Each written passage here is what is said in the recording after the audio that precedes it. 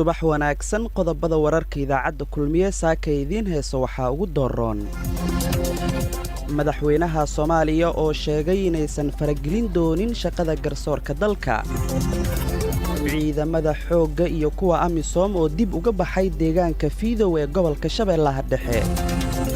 maamulka gobolka Shabeellaha Hoose oo sheegay in dagaalamayaal ka tirsan Al-Shabaab ay ku dileen degmada Qoryooley madaxda maamul goboleedyada oo lagu eedeeyay inay ku xadgudbeen dastuurka dalka booliiska Somaliland oo gacanta ku dhigay dhalinyaro dhac ka geysan jiray Hargeysa digniina u diray iyo madaxa hay'adda sirdoonka Mareykanka oo faahfaahin ka siiyay madaxweyne Trump habka loo dilay wariye Jamaal Khashoggi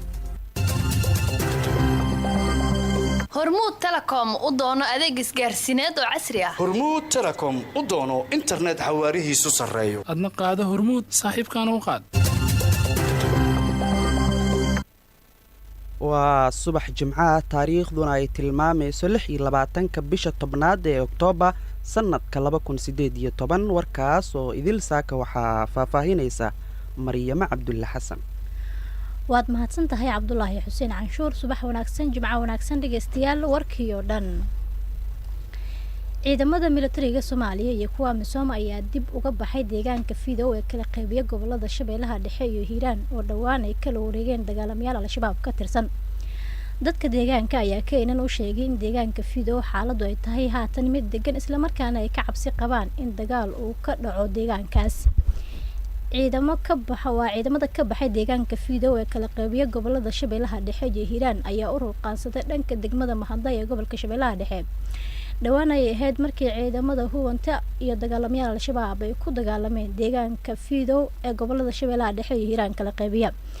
deegaano ka tirsan gobolka Shabeellaha Dhexe waa gobolada Shabeellaha Dhexe iyo Hiiraan ayaa waxa haatan ka soconaya howlgalka dhana dagaalamayaasha Al-Shabaab madaxda maamul goboleedyada dalka ayaa waxa lagu eedeeyay inay ku xadgudbeen dastuurka dalka Cabdullaahi Xuseen Canshuur ayaa ka waramaya Ambassador Cabdiraxmaan Nuur Maxamed Diinaari oo la hadlay idaacadda kulmiye ee magaalada Muqdisho ayaa si aad ah u dhaliilay hanaanka hadallada maamul goboleedyada oo uu tilmaamay inaysan sharci ahayn hakinta dawlad goboleedyada ay hakiyeen wada shaqayntii ay la lahaayeen dawladda dhexe ee Soomaaliya waxa uuna tala ahaan u jeediyay inay qaataan oo ay soo fariistaan gogashii kal hore uu madaxweynaha Jamhuuriyadda Federaalka Soomaaliya Maxamed Cabdullaahi Maxamed Farmaajo uu u fidiyay madaxda maamul goboleedyada si loo xaliyo tabashooyinka ay dawladda ay ka qabaan in laga baxo fikirkii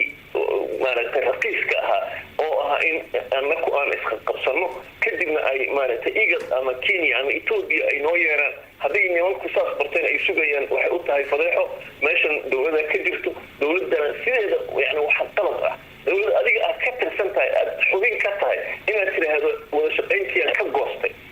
ma sharci ogolaanayo ama dastuur ogolaanayo ama nidaam ogolaanayo ma jiro maanta oo kale haddii dawladda ay haysato ciidan federaal oo qarana in la diro oo sida cabdiilayo kale loo soo qabto loo xirahay runta markaan ka sheegno laakiin qalad weyn ay ku jiraan kumana taageerayno mana la ogolaan karo dadka Soomaalidana ah